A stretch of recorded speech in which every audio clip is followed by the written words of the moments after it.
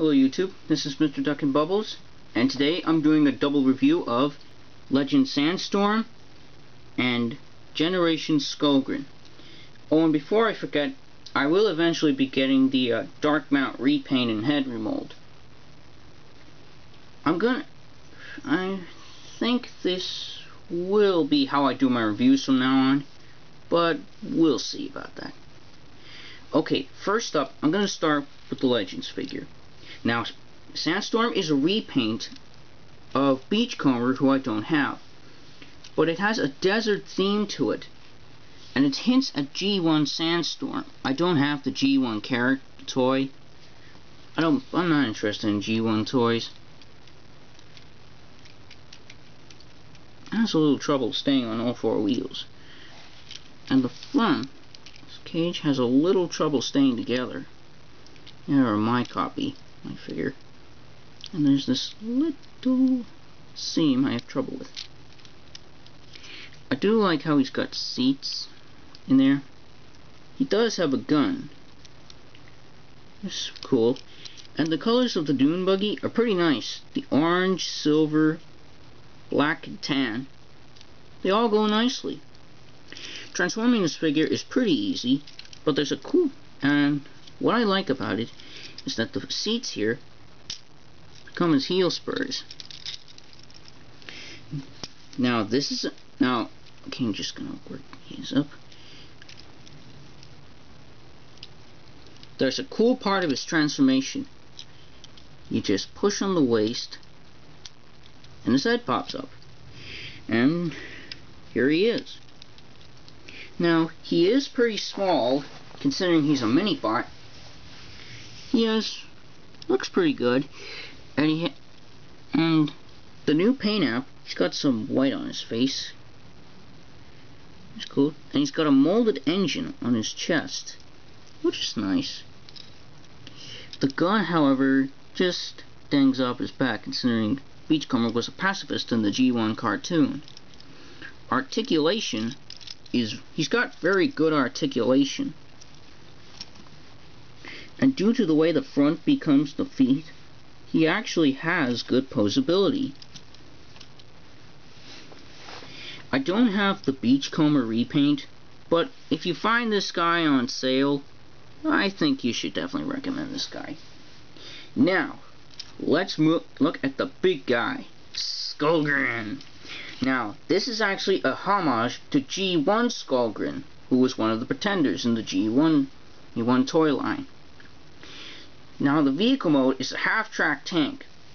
For those of you who don't know, half-track vehicles usually have wheels on the front and treads in the back. This is a bit of a realistic one, and it looks kind of good. You got a little bit of gold, some bits of raspberry red, a gold Decepticon symbol on the front, and a white turret barrel. Yeah, goes along pretty well.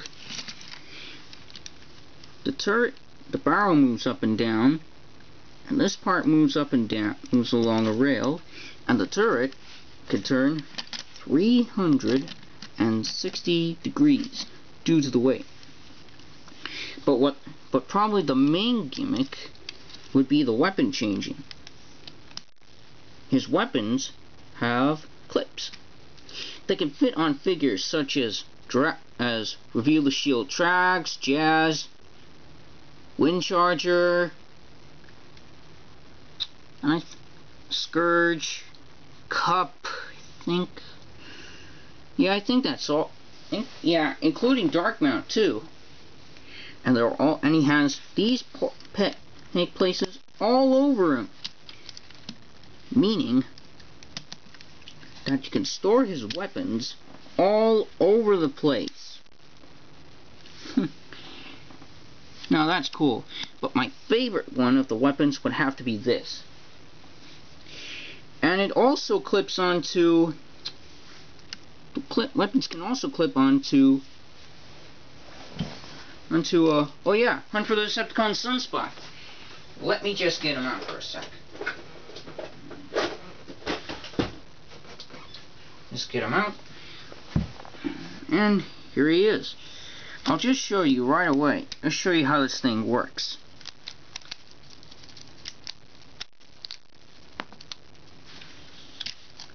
Transformed him a little. You just push this part here and see, clips on. Pretty cool, huh? Overall, this guy is nice. And you can buy him in 2 ways on tfsource.com. By himself, and you can also get him in a 3-pack that has Cliff Jumper and Thunderwing. Thunderwing's also a G1 character we've seen from the G1 series. Okay, but he also has a base mode.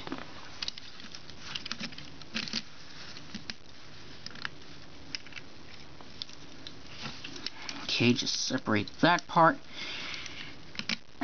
I like how you can pull up his turret.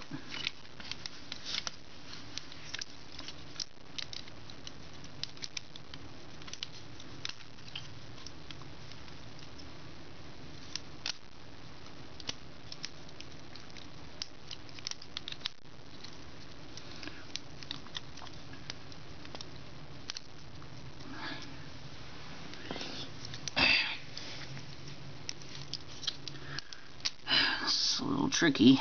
This can be tricky the first time I'm around. This is tricky. I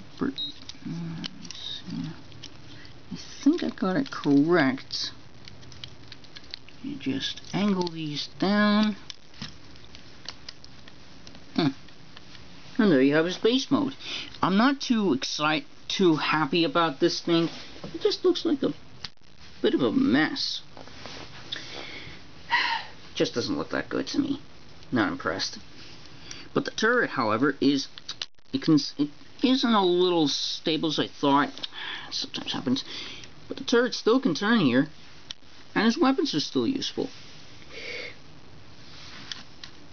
The instructions only go from the base mode to his robot mode. Let me just get things ready. But there's one thing I like about it.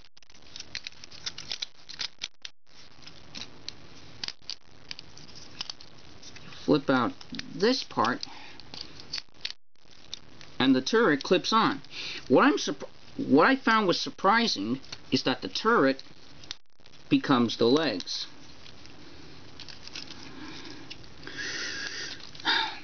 Sorry.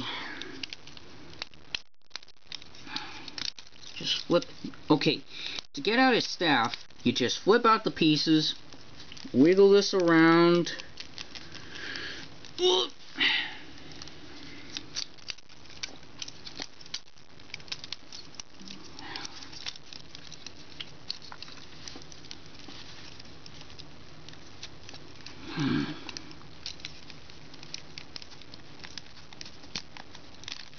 Got it. Staff has a transformation of its own. Oh, clips in. Cool. Going back to the figure, the turret becomes his legs. And this clip here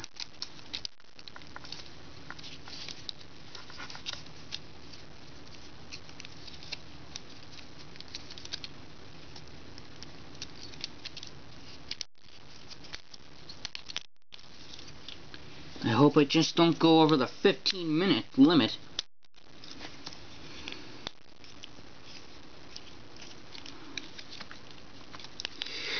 The legs, however, have a special part. They're formed from the turret, from the top part of the turret.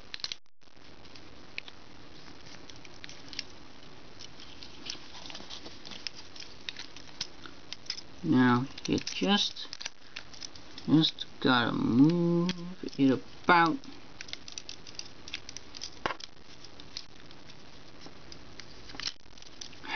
Just gotta.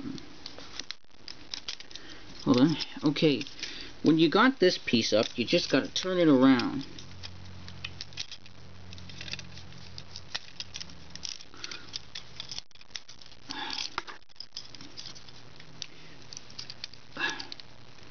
When moving the shoulders, the wheels fold in, just like animated jazz. These two parts clip together. I've left two of the weapons on here because this is how he would look in the pictures. Over 10 minutes.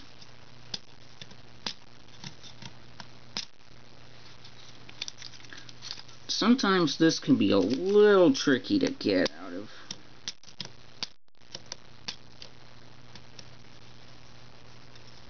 There we are.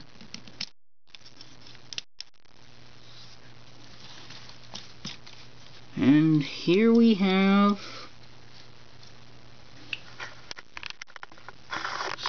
just gotta raise my camera a little.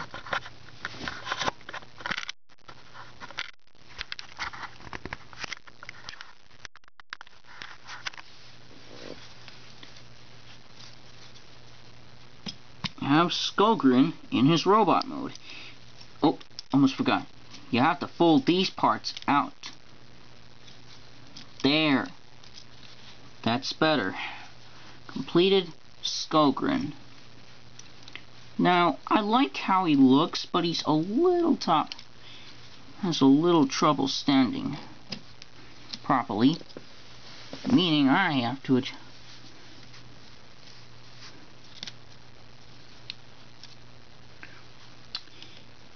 One thing, a problem I hate with this guy, he's top heavy. Unless you get lurched a little, looks fine.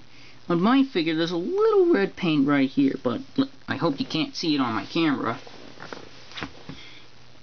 The barrel forms his staff.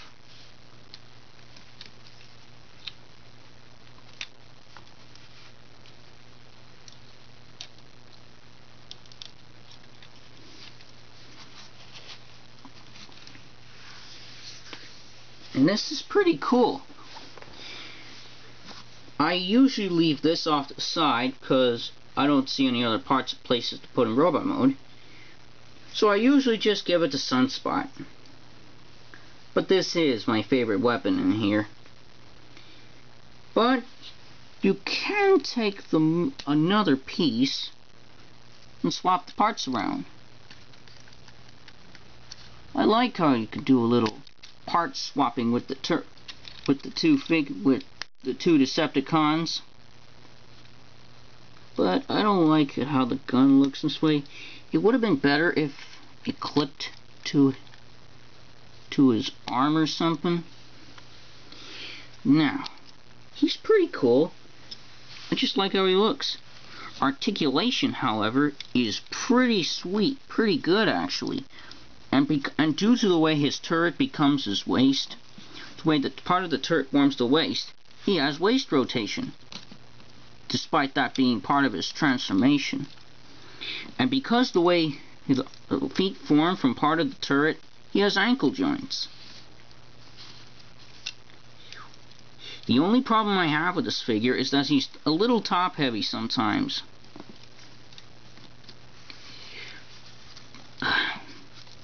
I'm glad not this figure, but you can see right here, the head sculpt is he has a G1 accurate head sculpt, which is similar to G1 Skullgrin, which was a Pretender figure, by the way. I think it's just pretty cool. So the final verdict is Skullgrin is a great figure. I'd love to get the Dark Mount repaint. And he looks just cool. But if you like Skullgrin that much, definitely go for this figure. If you want both Decepticons, definitely go for both him and Dark Mount. As for the little guy, I recommend him, and also the Beachcomber, strongly recommended. Until next time, see you later, and thanks for watching.